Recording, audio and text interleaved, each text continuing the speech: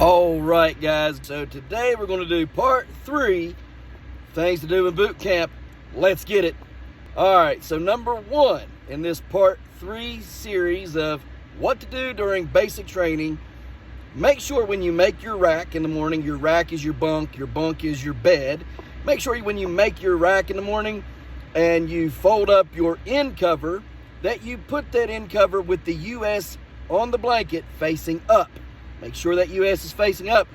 Drill sergeants want to see that you have some pride in your country, and they want to see that US pointed up. That's number 1. Number 2 of this is go get you some boot blouse bands and use those boot blouse bands. Blah, blah, blah, that's a tongue-tied, tongue twister, boy, goodness. Use those boot blouse bands to tighten the blankets on your rack. You'll thank me for this later. Number 3 is when you are towing the line. There will be a line down your bay where your racks are at. There will be a line on both sides. Make sure when you are towing the line that your big toe is just over the line, all right? This ensures proper alignment and assessment. Make sure those big toes are just over the line, guys. All right, so number 4, and this is a big one. Number 4 is dress right, dress. When you hear the command, dress right, dress, you're going to look right. You're going to put your left arm out with your head cover in your left hand, passing it to the person on your left while looking right to receive the hat from that person.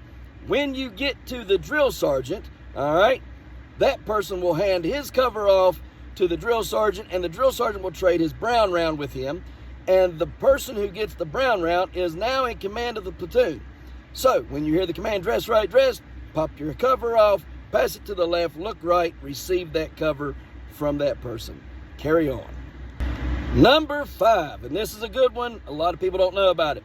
Make sure you carry a swear jar with you. Yes, a swear jar. So every time that the drill sergeant, drill instructor, TI, whatever you have, makes a foul comment, they put $5 into the swear jar every time, and this is how you guys get money for your platoon's weekend passes. Make sure you get a swear jar, guys.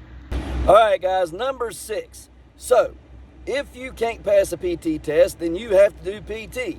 If you can pass your PT test, it's not a necessity. You don't have to do it. So if you pass your PT test, then you can go straight to the DFAC, chow hall, whatever you want to call it, eat your food and go back to your barracks and chill out till everybody else is done with PT. Remember, PT is only for the ones who cannot pass their PT test. If you're physically fit, then why do you got to train?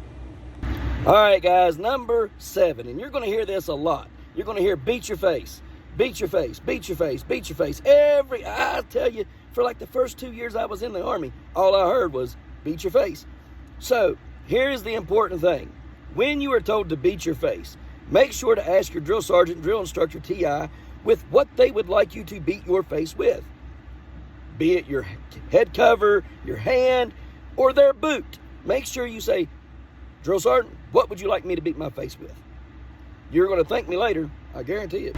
Number 8, and this is a big one, contraband. There are those who will bring contraband in, especially drill sergeants. So make sure that when your platoon receives a drill sergeant into the barracks, you call them to attention and you search them. Yes, you search them. You have to pat them down, credit card swipe them, and make sure that there's no contraband such as cigarettes and snuff hiding in their person. Guys, you got to be careful because some of these guys, they're sneaky, and these drill sergeants think they can get away with it, and they'll bring in contraband. Listen, if you can't have it, they can't have it.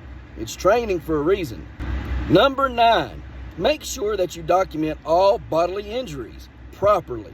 If you're sitting there playing Fortnite or whatever it is, and you hurt your little thummy, make sure that you report that. You want to write that down and report it. Listen, guys, tennis elbow, carpal tunnel, all these things are no joke when you get older. And you're going to want to take those things to the VA. So be sure that if you hurt your little thummies or something, make sure you get that put down, all right? Because, listen, Fortnite gets tough sometimes, and the drill sergeants know that. So let them know, hey, man, I got a little clicking in my thumb there. I'm going to have to do something about it. I can't play as smoothly as I used to. And number 10, when the senior drill sergeant shows up, make sure that you address him as sir and things like that. Treat him like you would any elderly person that you meet on the street. Listen, guys, these senior drill sergeants have been there for a long time, and they're seniors for a reason, okay? Make sure that he has his AARP card. If you have a cane or a walker nearby or a wheelchair, make sure you get those, and ask him if he would like those. Handicap stickers for the vehicles and things like that. Listen, senior drill sergeants try to act tough. They try to be tough, but at the end of the day, they're senior for a reason, and senior don't mean that they're high ranking. It just means that they're old, okay? So be sure to take care of them. If you see one trying to run, tell him to fall back and get in the van, and the van will take him back to the company, all right? You see one trying to walk up the stairs, everybody pick him up and take him up the stairs, or hold his hand or something. Senior drill sergeants are very old, and they need a lot of help, even though they try to act tough. Guys, this was the part 3 to things to do in basic training. If you guys enjoyed this, like, share, comment down below. Appreciate you guys watching. And if you want a part 4 to this, let me know in the comments, guys. We'll see you next time.